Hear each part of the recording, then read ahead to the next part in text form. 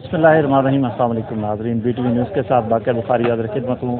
आज 10 मुहर्रम है और यहाँ पे जुलूस जो है अपनी मंजिल की तरफ गामज़न है और लोगों की कसीर तादाद जो है वो उसमें शरीक है, जिसमें बच्चे, बूढ़े, मर्द, ख़वातीन सब शामिल हैं। अगर बात की जाए सिक्योरिटी की तो पुलिस की तरफ से जो है भारी नफरी यहाँ तैनात की गई है। रेस्क्यू के अहलकार भी किसी नागवार सूरत हाल से निपटने के लिए तैयार खड़े हैं।